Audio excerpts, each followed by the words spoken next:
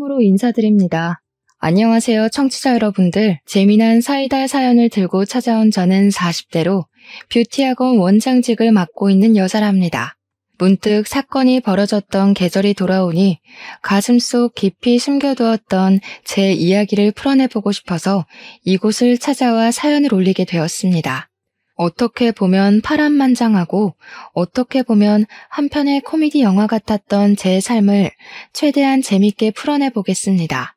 처음부터 끝까지 저와 함께 해주신다면 힘이 날 것 같습니다. 지금부터 제 이야기를 시작할게요.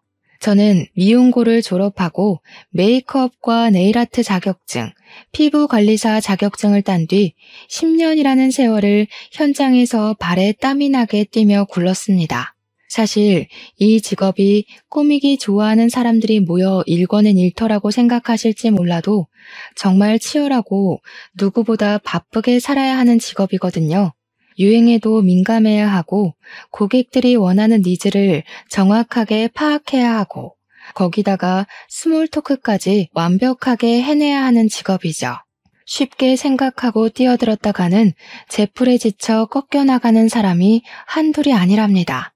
현장에서 이리 구르고 저리 구르다가 문득 기본기조차 제대로 배우지 못한 후배들이 고생하는 모습을 보고는 결심하게 되었습니다. 내가 제대로 후배들을 양성할 수 있는 교육기관을 차려보면 어떨까 싶었던 거죠. 그래서 저는 나이 30에 뷰티학원이라는 간판을 달고 교육자의 길을 걷게 되었습니다. 사실 말이 좀 거창하긴 한데 저로서는 무척이나 자부심을 가지고 일을 했기 때문에 조금 오글거리는 표현이어도 참아주시면 감사하겠습니다. 처음에는 현장에서 만난 기본기가 덜 된 후배들을 데리고 시작했는데 우리 학원에서 자격증을 딴 친구들이 승승장구해준 덕분에 학원 명성이 올라가게 되었습니다.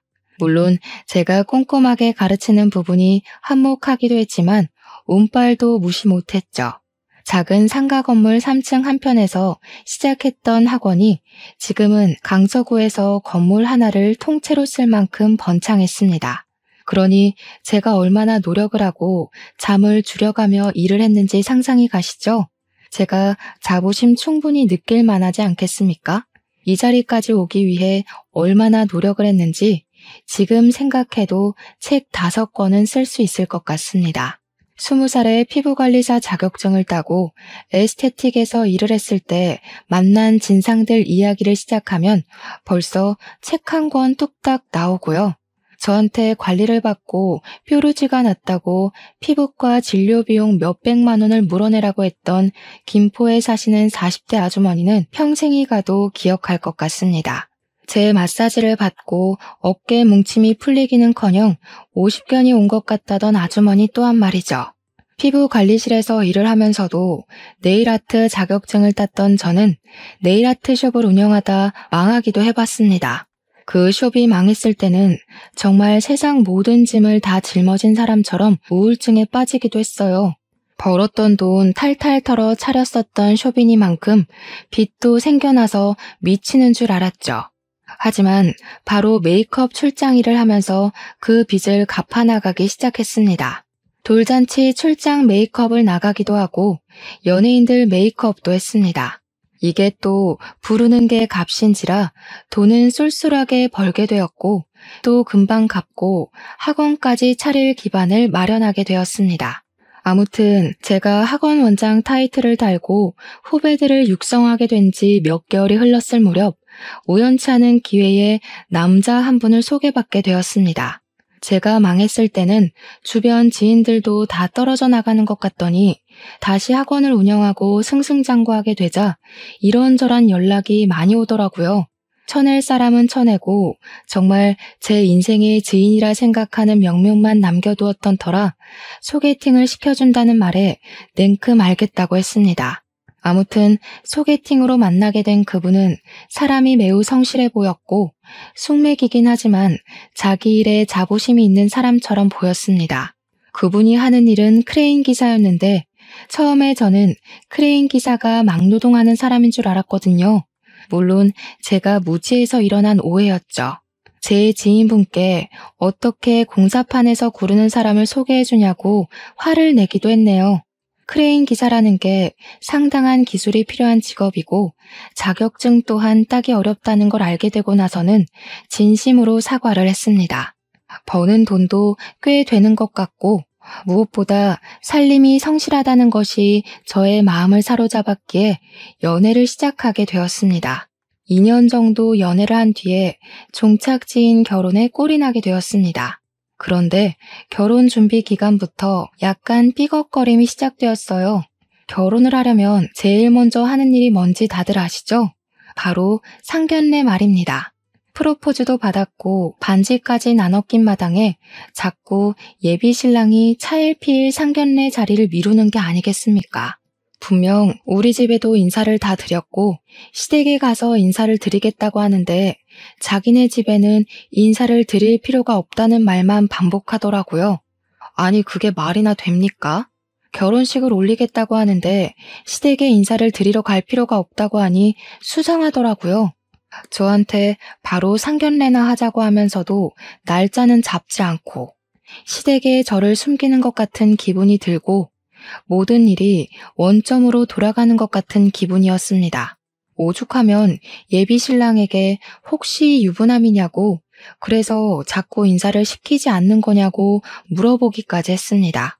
왜냐하면 그때 저희의 나이가 벌써 37살이나 되었던 시점이었거든요. 나이를 먹을 만큼 먹었으니까 유부남일 가능성도 충분하다고 자꾸만 의심이 들기 시작했어요. 오죽하면 제 이야기를 아는 지인들이 미행을 해줄까? 등본이라도 떼오라고 시켜봐 하면서 조언을 해주었습니다. 예비신랑은 유부남 이야기를 듣자마자 절대 아니라며 가족관계 증명서를 떼다 보여주면서 미혼임을 확인시켜주기도 했습니다. 미혼인 걸 확인하고 나니까 상견례를 미루는 행동이 더 이해가 가질 않더라고요. 그래서 왜 그러는 거냐고 화를 내니까 그제야 멋쩍어 하면서 이야기를 하더라고요. 자기한테 형이 하나 있는데 이혼을 한 지 얼마 안 돼서 집안 분위기가 뒤숭숭해서 그렇다는 것이었습니다. 저는 순간 깜짝 놀랐죠.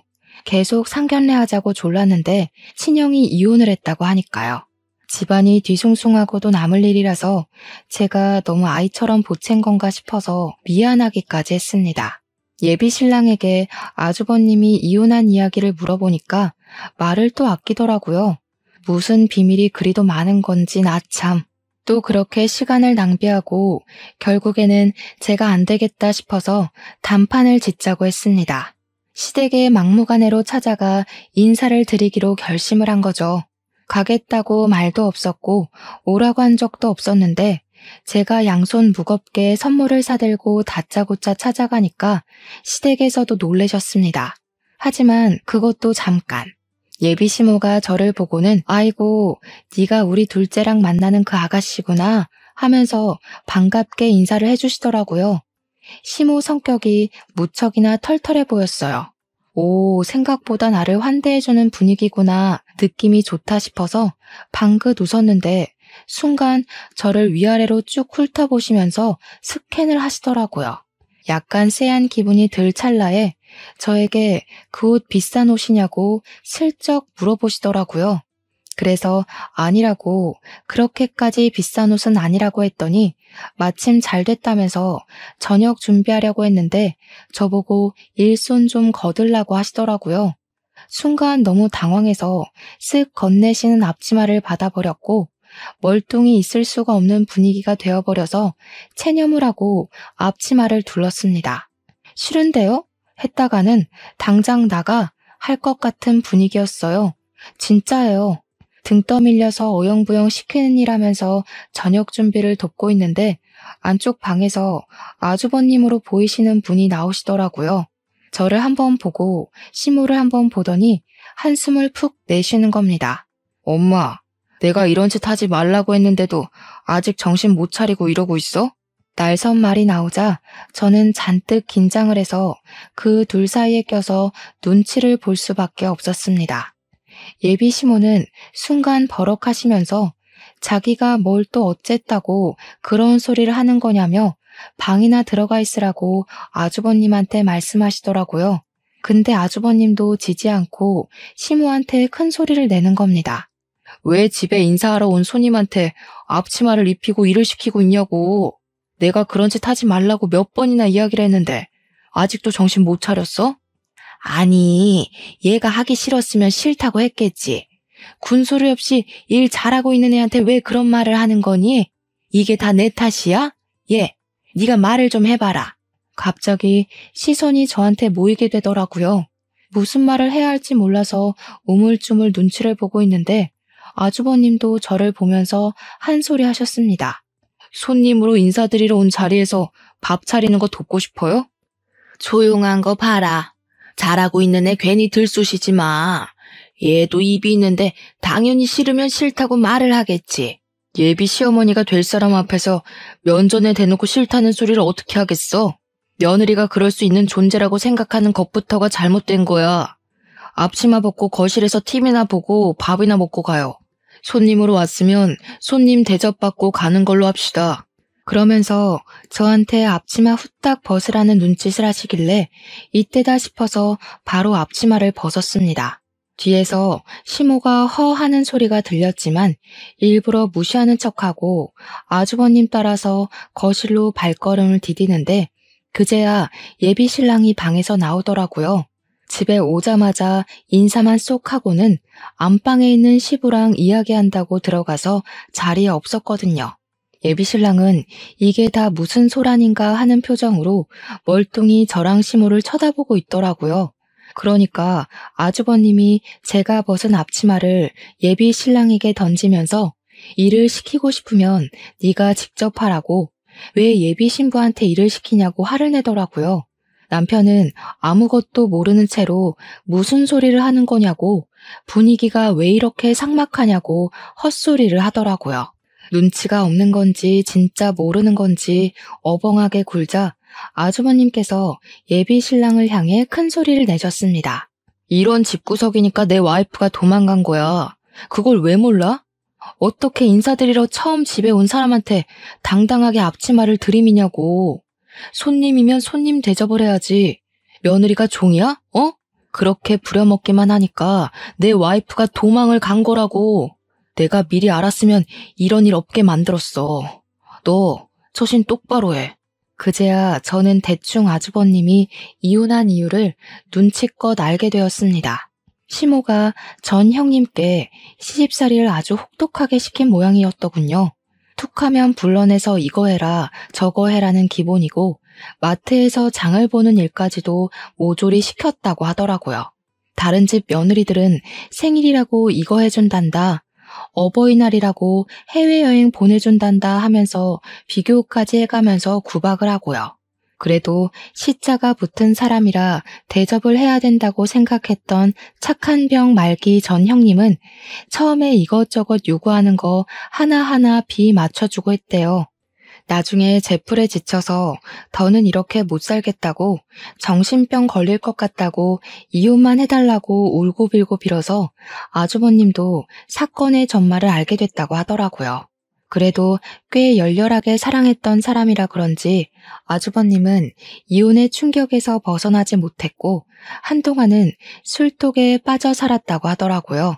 지금은 시간이 조금 흘렀다고 출근도 제때 하고 술도 별로 안 마신다고 하던데 시모한테 악감정은 남아있는 듯 했어요. 그 와중에 동생이 결혼할 여자가 있다고 운을 띄우고 다짜고짜 들이닥쳤는데 앞치마 메고 일을 하고 있으니까 그때 생각이 났나 보더라고요. 아주버님이 생각했을 때는 자기 전 와이프도 이렇게 당했겠구나 싶었던 거겠죠. 예비신랑은 안방에 들어가서 시부랑 무슨 이야기를 그리 길게 하는지 30분이 넘는 시간이 흘러도 나와볼 생각도 안 하고 아주버님이 아니었으면 아마 그날 저녁은 제가 차린 밥으로 먹었을 거고 음식이 별로네 짜네 다네 하면서 핀잔을 주시지 않았을까 싶네요. 그날 아주버님이 그렇게 한바탕 난리를 치고 난 다음에는 다들 아주버님 눈치 보느라 아무 소리 안 하고 밥만 먹었거든요. 결혼하고 싶다, 상견례 날 잡으러 왔다, 엄청 준비하고 비장한 마음으로 들이닥친 시댁이었는데 그 말이 쏙 들어가더라고요. 과연 내가 이 집에서 잘 버틸 수 있을까 하는 생각까지 들고 조용히 밥만 먹고 있는데 시부 되실 분이 그러더라고요. 이제 홍기를 꽉 채우다 못해 나이가 40을 바라보는데 결혼을 해야 하지 않겠냐 양가에 인사드렸으니 상견례를 잡자고요. 남편이 숨기려고 했던 게 아주버님의 이혼 사유였는데 그게 다 드러나고 나니까 결혼하자고 냉큼 말을 하더라고요. 근데 모든 전말을 알게 됐는데 저라고 냉큼 좋습니다 할 수 있겠습니까? 찝찝함이 사라지질 않더라고요. 근데 사람이라는 게 참 간사한 마음을 가지고 있잖아요. 나이가 벌써 37살이고 주변 친구들은 죄다 시집가서 애가 둘이고 셋이고 노후 준비가 어떻고 애들 유치원은 어쩌고 하는데 저는 아직 시집도 못 갔고 지금 예비 신랑이랑 헤어지면 언제 또 새로운 사람 만나서 연애를 하고 결혼 계획을 짜고 하겠어요.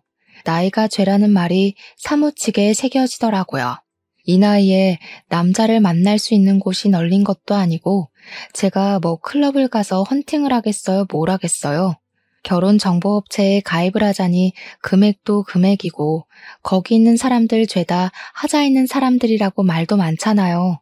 고부간의 갈등은 내가 처신 잘하고 피해 다니면 되지 않을까 하는 안일한 생각이 들고 점점 마음이 기울더라고요.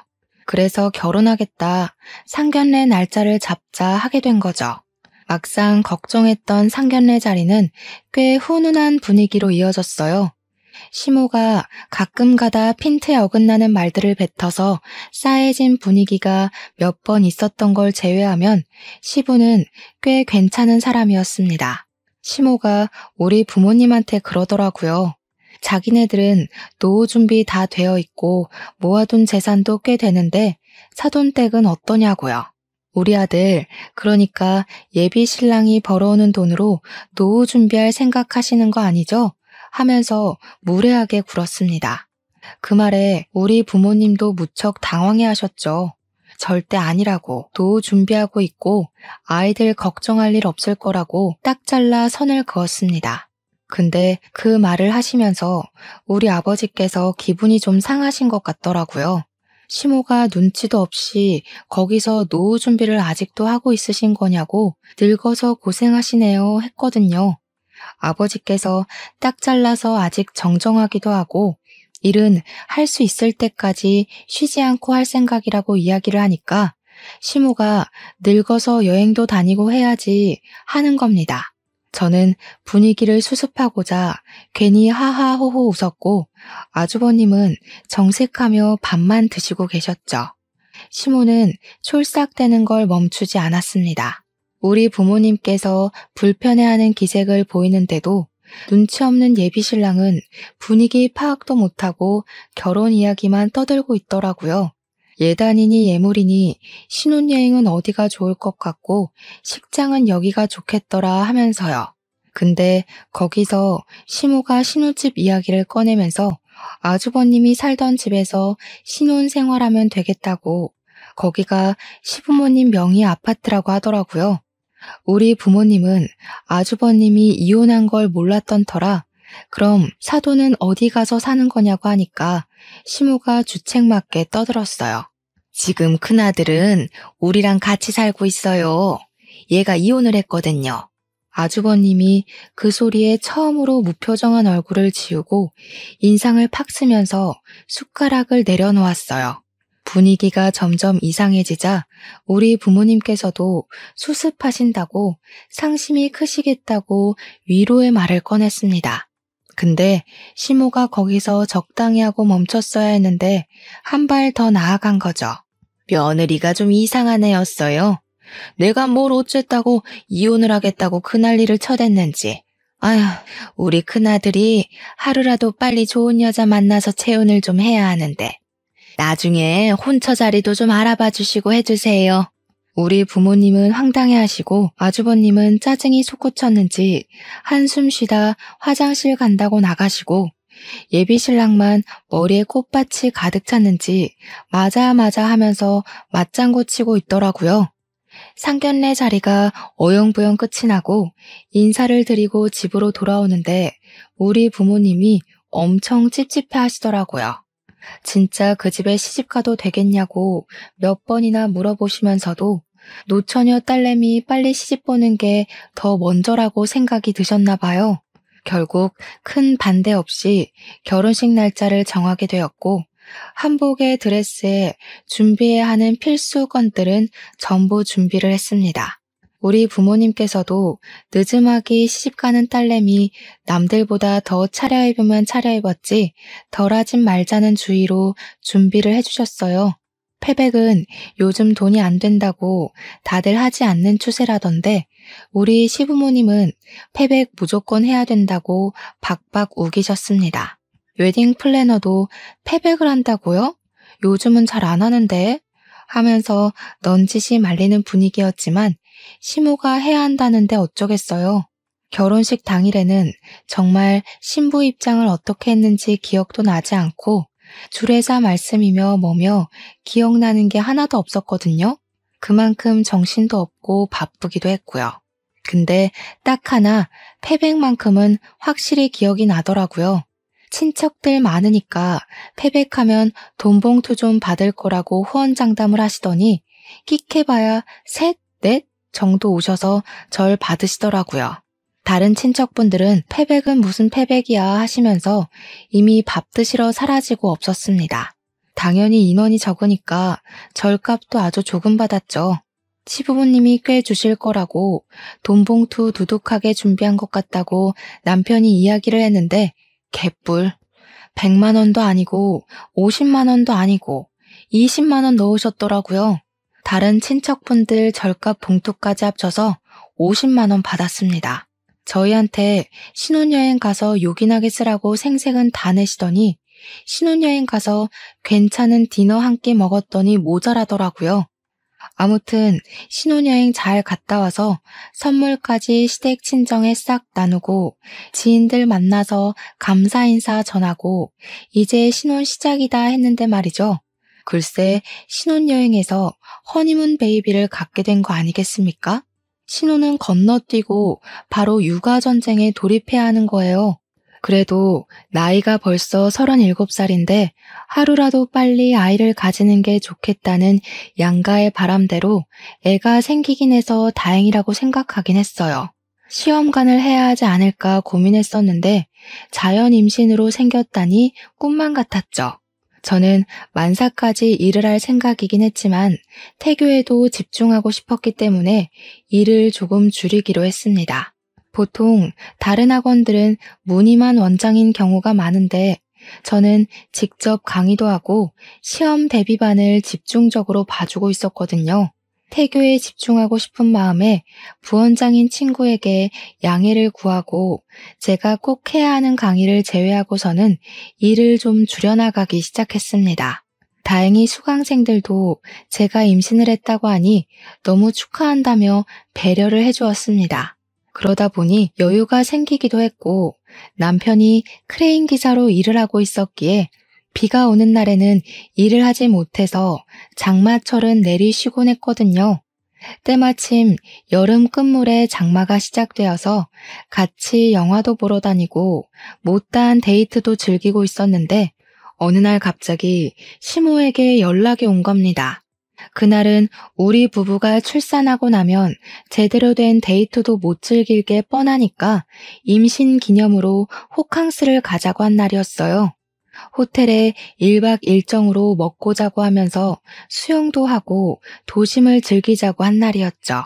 그날 저녁에 호텔에서 쉬고 있는데 시모한테 전화가 와서는 왜 우리 집에 불이 꺼져 있냐고 아직도 밖이냐고 묻는 겁니다. 저는 좀 당황해서 지금 호캉스를 즐기러 나와 있다고 하니까 갑자기 돈이 썩어나냐고 멀쩡한 집 내버려두고 왜 호텔에서 자냐고 성질을 부리시더라고요. 저도 할 말은 하는 성격이라 출산을 하고 나면 이렇게 즐길 수 있는 시간이 얼마나 있겠냐고 지금 즐겨야 한다는 육아 선배들 조언에 놀러 나온 거라고 했어요. 시모는 저에게 집에 붙어 있어도 시원치 않을 판에 나간다면서 그렇게 좋은 데 갈 거면 자기한테도 가자고 한마디 물어볼 수 있는 거 아니냐고 하더라고요. 서운해 죽겠다고 저한테 핀잔을 주시는데 우리 부부가 우리 부부 돈으로 즐기겠다는데 시모가 왜 저러는지 이해가 가질 않았습니다. 막말로 시모가 호캉스 즐기라고 돈을 보태주신 것도 아니잖아요. 거기다가 제일 소름 돋는 건 우리 집 불 꺼져 있는 건 어떻게 알았는지였습니다. 남편에게 이야기를 하니까 대수롭지 않게 대꾸를 하더라고요. 원래 우리 집이 형네 부부가 살았던 집인 거 알지? 우리 엄마네 집에서 내려다보면 우리 집이 보이거든. 저는 완전히 몰랐거든요. 시댁이랑 같은 아파트 단지이긴 해서 가까운 건 알았지만 시댁에서 보이는 집인지는 꿈에도 몰랐어요. 제가 놀래서 남편한테 시댁에서 우리 집이 보인다고? 하고 물어보니까 남편이 몰랐냐고 그래서 일부러 그 집을 구매한 거래요. 시모가 매일 베란다에서 아주버님네 집, 그러니까 지금 우리 부부가 살고 있는 집을 내려다봤대요. 그게 더 소름이지 않나요? 매일 심심하면 관찰을 했다는 게? 제가 모를 수밖에 없었던 이유는 시댁이랑 저희 집이 바로 앞뒤동도 아니고 한 동을 걸러서 끼고 있는 집이거든요. 구조상 보일 리가 없다고 생각했는데 아파트가 일자로 쭉 세워진 게 아니라 들쑥날쑥 세워진 구조라 저희 집이 딱 걸려서 보이는 거였어요. 그 뒤로도 몇 번이나 시모가 연락 와서는 우리 아들 차가 아직 안 보이는데 우리 아들 퇴근 안 했니? 너네 거실에서 TV 보니? 불은 왜 꺼놨니? 하는 연락이 오더라고요.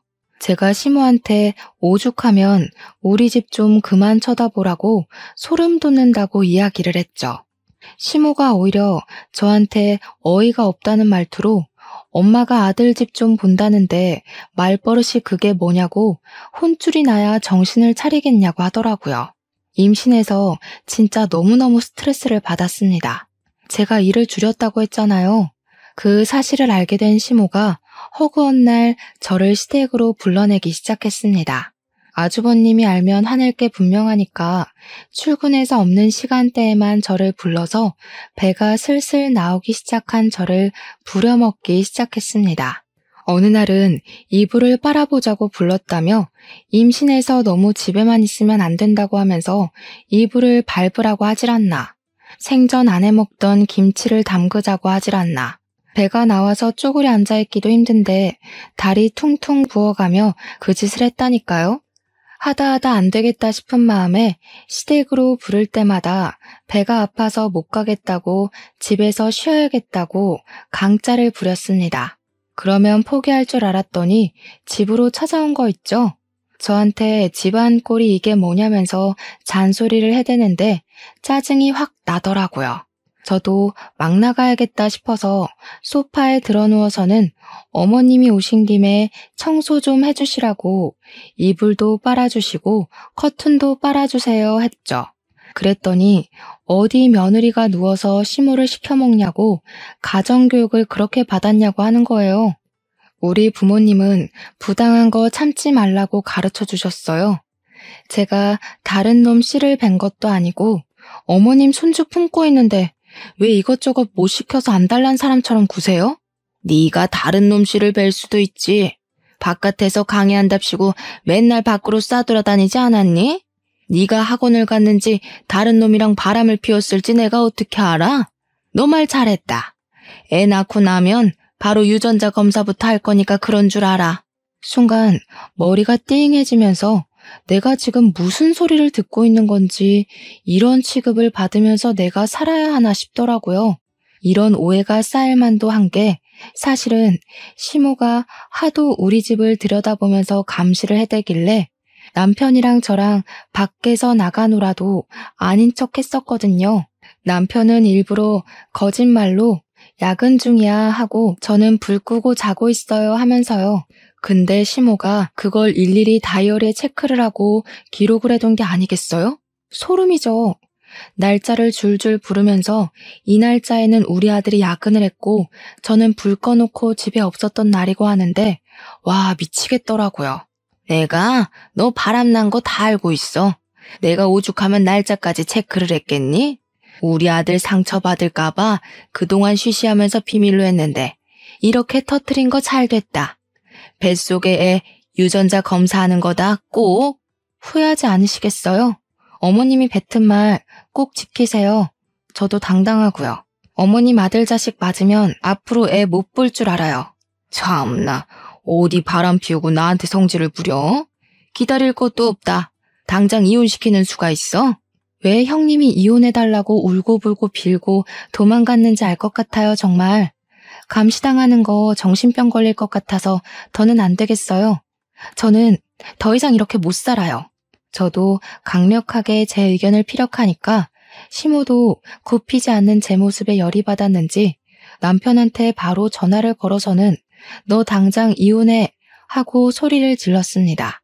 남편이 그게 무슨 소리냐고 하던 일도 중단하고 집으로 바로 날아왔더라고요. 저랑 시모랑 한참을 대치하고 씩씩거리고 있는데 남편이 예산 일이 아니라는 생각이 들었는지 아주버님까지 데리고 집으로 온 겁니다. 남편이 오자마자 무슨 일인데 이혼 소리가 나오냐고 묻길래 제가 대신 대답했죠. 우리가 몇 시에 들어오는지, 잠은 언제 자는지, 불을 꺼둔 건지 켜둔 건지 다이어리에 하나하나 체크를 하고 있었다더라. 이렇게 감시를 해대는데 소름이 돋아서 너랑 더 이상은 못 살겠다. 그러니까 아주버님이 말 끝나기도 무섭게 아직도 그런 짓을 하냐고 버럭하더라고요. 자기 이혼시킨 것도 모자라서 동생까지 이혼시키고 싶어서 그러는 거냐고, 사람이 왜 반성을 하지 않냐고 했어요. 시모는 어이없어 하면서 도대체 자기가 잘못한 게 뭐냐고, 아들들 잘 되라고 며느리 바람 피우는 거 잡아냈더니 고마운 줄 모른다고 하네대요.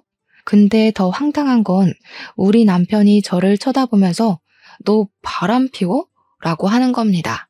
아니 이건 또 무슨 소리인지 머리가 지끈거려서 남편한테 말을 했죠. 무슨 소리라는 거야 진짜. 당신이랑 밖에서 데이트하고 온 날 가지고 지금 그러는 거라니까. 당신이 어머님한테 야근한다고 거짓말치고 나랑 영화 보고 데이트한 날 가지고 내가 바람 피우는 거라고 오해하시는 거라고. 근데 남편은 바람이라는 단어에 꽂힌 건지 뭔지 저를 못 믿겠다는 식으로 구는 겁니다. 시모가 말했던 땡월 땡일에 자기가 야근했던 것 같다며 저보고 어디를 갔다 온 거냐고 묻더라고요. 남편까지도 저를 몰아세우니까 시모 기세가 정말 등등해져가지고는 저한테 유전자 검사하자고 소리를 버럭버럭 질렀습니다. 진짜 멍청해도 끝이 없지. 우리 뱃속의 아이가 허니문 베이비라는 사실은 완전히 까먹은 것 같더라고요. 저도 화딱지가 나서 싫다고 마음 바뀌었다고 어쩜 나를 못 믿을 수가 있냐고 유전자 검사 안 한다고 강짜를 부렸습니다. 그랬더니 남편이 한다는 소리가 혹시 모르니까 확실하게 하는 게 좋겠다고 유전자 검사를 하자고 하는 거예요.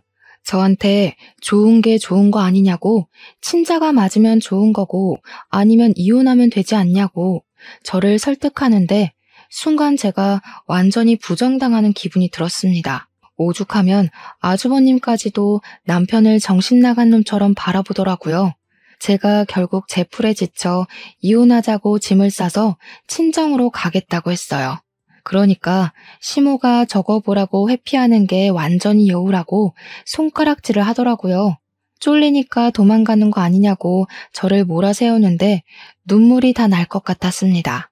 아주버님이 시모한테 정신 나간 거 아니냐고, 임산부한테 별소리를 다 한다고 제 편을 들어주는데 남편은 뭐 하는 건지 참나.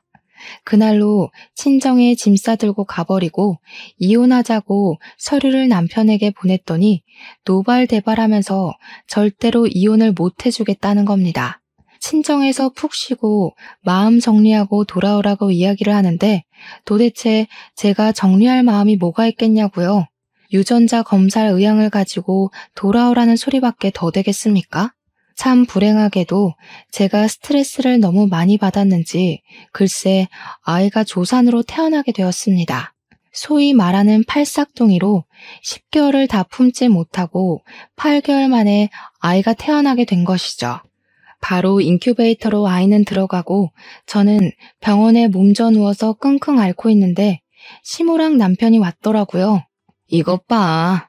10개월 뒤에 나와야 할 아이가 왜 8개월 만에 나왔겠어? 너 결혼 전부터 임신한 상태로 속이고 결혼한 거지? 남의 아이 가져놓고 순진한 우리 아들 속여서 결혼한 거잖아. 당장 이혼해. 우리 부모님은 이게 다 무슨 개소리냐며 화를 내셨고 시모는 의견을 굽히지 않았습니다.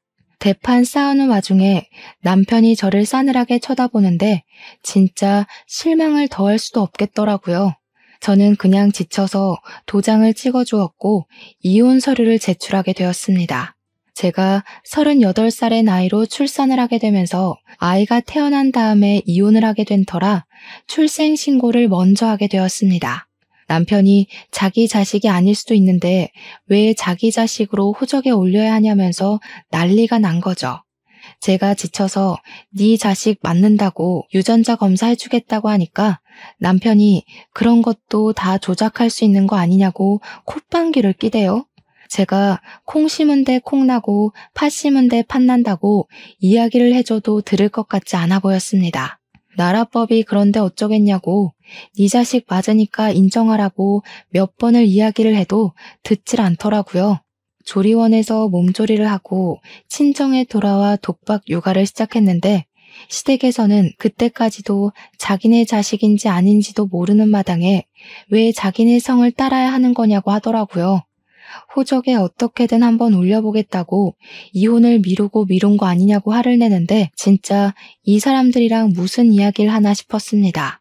저라고 그 집 호적에 올라가게 내버려 두고 싶었겠어요? 나라법이 그렇다는데 어떻게 합니까? 애는 하루 종일 울지 제 학원은 부원장에게 일임했더니 일을 거지같이 했는지 학원생들이 우수수 떨어져 나가지. 저한테 허락도 맞지 않은 상태로 무슨 이벤트를 열었다가 재정에 구멍도 크게 내고 학원 월세며 직원들 월급이며 나가야 하는데 돈은 모자라서 대출을 받아서 할 지경까지 이르렀어요. 그런 생활이 6개월이나 지속이 되니까 제 몸이 안 아픈 데가 없고 정신도 피폐해졌습니다. 애를 어린이집에 보내놓고 다시 일선에 뛰어들어야 하나 고민을 하고 있었습니다. 그러던 도중 학원 운영은 점점 어려워지고 부원장은 일만 잔뜩 벌인 채로 사직서를 내고 도망을 가버렸습니다. 직원들 월급이 밀리면서 말도 나오고 애는 점점 낯가림이 심해져서 제 품에 있지 않으면 울고불고 난리가 나고요. 저는 우는 아이를 떼어놓고 일을 하러 출근을 했다가 학원에서 그만 쓰러지고 말았습니다. 수강생의 신고로 119를 타고 큰 병원에 가게 되었는데 자궁에 엄청나게 큰 혹이 생겼다는 겁니다. 수술을 하루라도 빨리 해야 하고 조직 검사도 해봐야 할 것 같다고 암일 수도 있다고 하더군요. 문제는 수술을 빨리 해야 하는데 제가 모유 수유를 하고 있었고 애는 완전히 제 껌딱지고 학원 운영까지 시급하니까 미치겠는 겁니다. 우울증까지 겹쳐서 하루하루가 힘든 와중에 전 시댁에서 이걸 어떻게 알았는지 제가 입원해 있는 병실로 찾아왔더라고요. 시모랑 전 남편이 병실에 찾아와 저에게 꺼낸 말이 뭔지 아십니까? 자기네들은 제가 죽어도 애를 책임질 마음이 없는데 법적으로 묶여있으니까 호적에서 파내야 할 것 같다고 멀쩡히 살아있는 애 사망신고를 하라는 겁니다. 이게 정말 인간인가 싶더라고요. 제가 죽으면 어쩔 수 없이 떠안아야 하는 거 아니냐면서 자기 자식이 맞는지 아닌지도 모르는데 왜 책임을 져야 하냐요? 제가 죽기 전에 사망신고하고 죽으라고 아니면 전 시모가 직접 하겠다고 하더군요. 말이 되는 소리를 해라 좀. 멀쩡한 내 자식 사망신고를 왜 하니? 너 암이라며. 너 죽으면 뭐 애는 내가 키워야 하니? 너 설마 우리 집 재산 노리고 이러는 거야? 뭐라고요? 제가 재산을 노릴 거면 왜 하찮은 댁 아드님이랑 결혼을 했겠어요? 죽어도 그쪽한테는 애 키우란 소리 안 할 거니까 꺼지세요. 듣던 중 반가운 소리다. 그런데 법이 우리한테 불리하니까 사망신고를 하라 이 말이야. 키우라는 소리 안 하겠다는 각서라도 쓸 테니 제발 내 눈앞에서 꺼지라고. 그 말이 끝나기 무섭게 변호사 사무실에서 조언받아 만들어 온 각서라면서 저한테 종이 한 장 들이밀대요. 애를 책임지지 않겠다는 그런 내용이었고 저는 피곤해서 지장을 찍어주었습니다.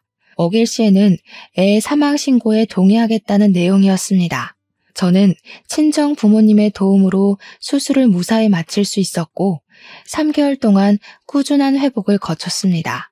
그 이후에 학원 건물을 이사하게 되었어요. 원래는 4층짜리 건물 한 채를 통째로 쓰고 있었는데 회복이 더 필요하고 육아도 해야 했기에 큰 학원을 운영하기가 벅차더라고요. 중간에 인수하겠다는 사람이 나타나긴 했지만 가격을 후려치려고 하기에 그냥 작게 옮겨서 운영하는 게 낫겠다 싶었습니다. 처음 시작할 때만큼 작아진 건 아니었지만 건물 2개의 층을 쓰면서 예전처럼 운영하기 위해 노력을 했고 서서히 안정을 찾게 되었습니다. 어쩔 수 없이 인원 감축을 해야 해서 선생님들도 반이나 줄어들었지만 그래도 꾸준히 하니까 회복이 되더라고요.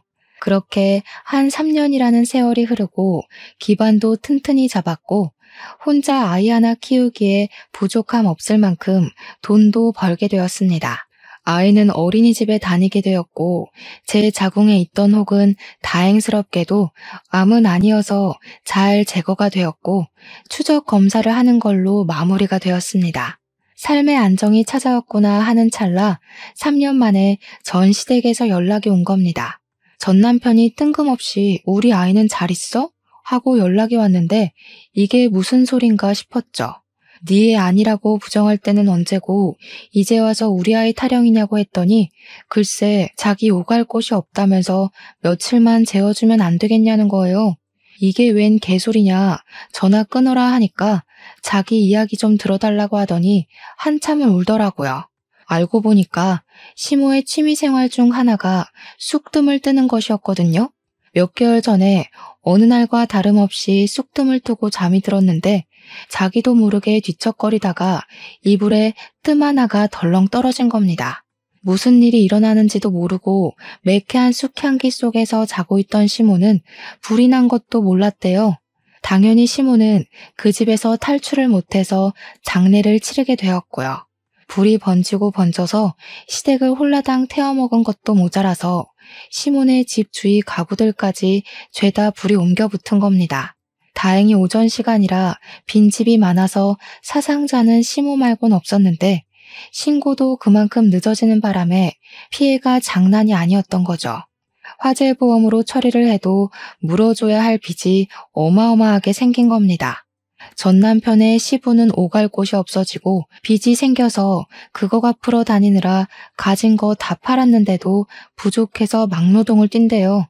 그 와중에 아주버님은 제가 남편이랑 이혼을 하자마자 시댁이랑 인연을 완전히 끊고 살고 있다고 하더군요. 고시원을 떠돌면서 생활한 지도 6개월이 넘었는데 월세를 낼 돈이 없다면서 자기를 좀 재워주면 안 되겠냐는 거죠. 자기가 애 아빠 아니냐고 갑자기 우리 아이를 챙기려고 드는데 제가 미쳤습니까? 네 애 아니라고 사망신고하라고 종용할 땐 언제고 이제 와서 우리 아이 타령이야? 나도 네가 내 아이 아빠라고 생각하고 살진 않아서 도와줄 생각도 없어. 그럼 나 너네 학원 경비 일이라도 하면 안 돼? 내가 널 뭘 믿고 경비를 맡기겠니? 빚이 한가득이라며. 크레인 기사 일이나 열심히 하면서 빚 갚으세요 아저씨. 나 2년 전에 팔을 크게 다쳐서 크레인 기사 일도 더 이상 못해. 그래서 어쩌라고. 남의 마음에 상처 줘서 벌 크게 받은 거야. 아주 고소하다. 이제 와서 후회해봐야 내가 받은 상처가 사라지겠니? 나는 덕분에 이 갈고 성공해서 지금 너무 잘 먹고 잘 살고 있어. 그러니까 앞으로 나한테 콩고물 떨어질까 기대하지 말고 네 시궁창 인생 잘 가꾸며 살아. 그러고는 전화를 차단해버렸습니다. 한순간에 재산 다 말아먹은 전 시댁 인간들, 내 아이를 사망신고하라고 종용하던 정신 나간 것들이 쫄딱 망했다고 하니 너무 고소합니다. 결국 그 집을 탈출한 아주버님도 존경스럽고 대단하고요. 앞으로는 제정신 아닌 소리 그만하고 반성하며 빚 갚고 살았으면 좋겠네요. 이래서 주는 만큼 돌려받는 거라는 말이 있나 봅니다. 오늘 밤에는 2다리 뻗고 꿀잠 한번 자보렵니다. 제 사이다 같은 사연 어떠셨나요? 여러분들도 이런 일이 있다면 참지 말고 질러버리세요. 세상 속이 시원하답니다. 아무튼 제 사연을 들어주신 여러분 정말로 감사합니다. 늘 행복하세요.